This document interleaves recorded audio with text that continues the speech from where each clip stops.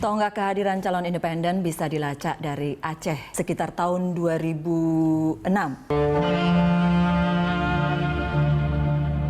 Cerita calon perseorangan atau independen maju pilkada berawal dari Bumi Nanggro Aceh. Ini adalah bagian dari hasil kesepakatan RI dan GAM tahun 2005. Alhasil dengan payung undang-undang pemerintah Aceh tahun 2006, digelar pilkada serentak di Bumi Aceh pada 11 Desember 2006. Pasangan Irwandi Yusuf dan Muhammad Nazar yang maju lewat jalur independen menang dan berhak menjadi gubernur dan wakil gubernur Aceh periode 2006 hingga 2011. Cerita manis di pojok barat Indonesia itu mengilhami kehadiran calon independen di pentas demokrasi lokal di tanah air. 2 tahun setelah Aceh, calon independen masuk dalam Undang-Undang Pemda tahun 2008. Syaratnya pun dibikin ringan, antara 3% sampai 6,5% jumlah penduduk. Jakarta, jantung Republik, juga pernah menyertakan calon independen dalam Pilkada 2012 lalu. Bahkan ada 2 pasangan calon independen dari 6 kontestan yang berlaga. Mereka adalah Hendarji Supanji Ahmad Riza Patria serta Faisal Basri bin Benyamin.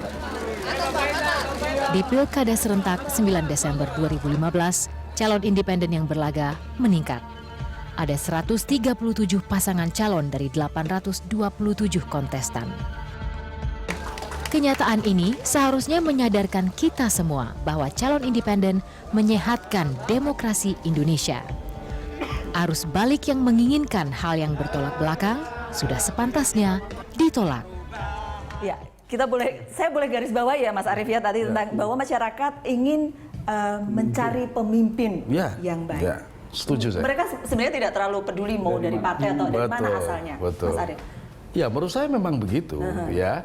Nah, karena itu proses politiknya saya kira memang harus dikuatkan, ya harus benar. Jadi orang tidak berspekulasi, orang kalau mau serius menjadi seorang pemimpin lewat satu vehicle yang benar, tepat, menjauhi politik uang, begitu kan, dan akuntabel.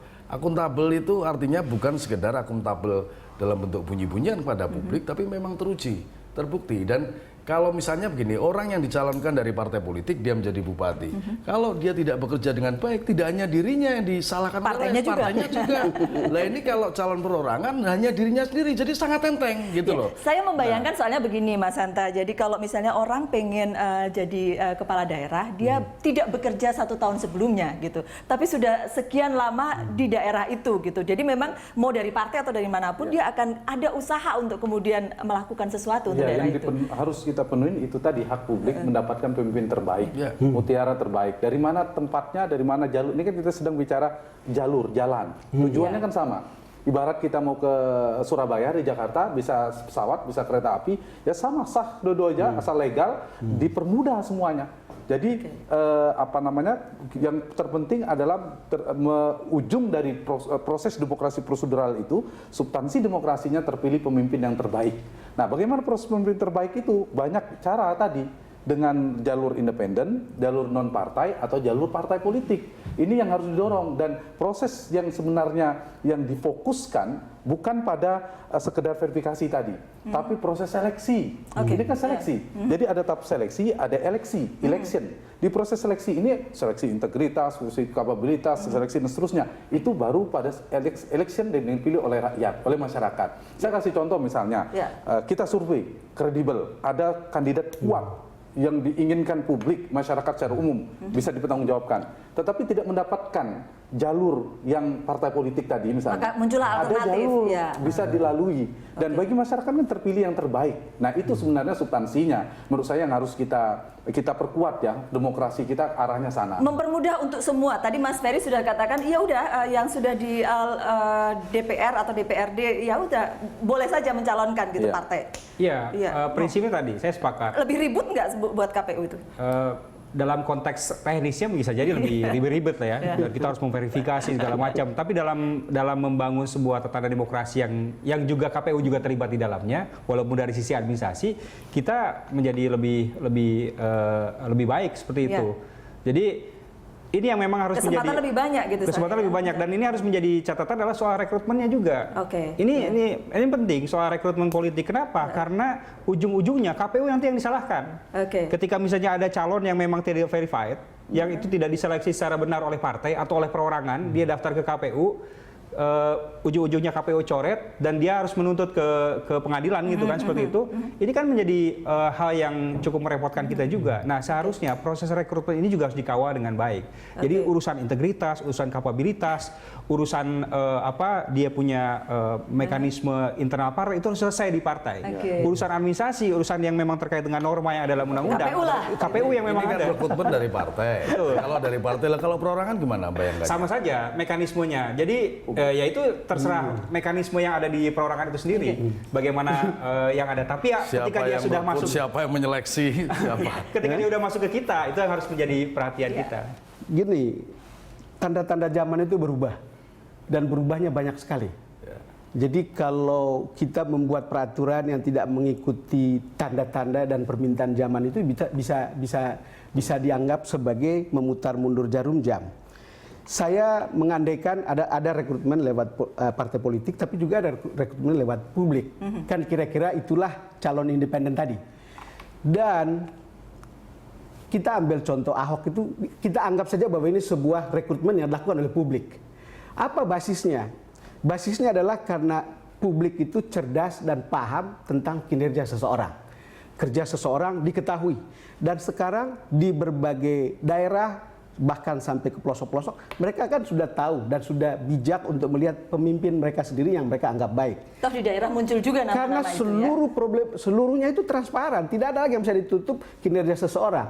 Bahkan tentang saya juga orang tahu di mana, tentang siapapun orang tahu siapa-siapa yang ada di situ.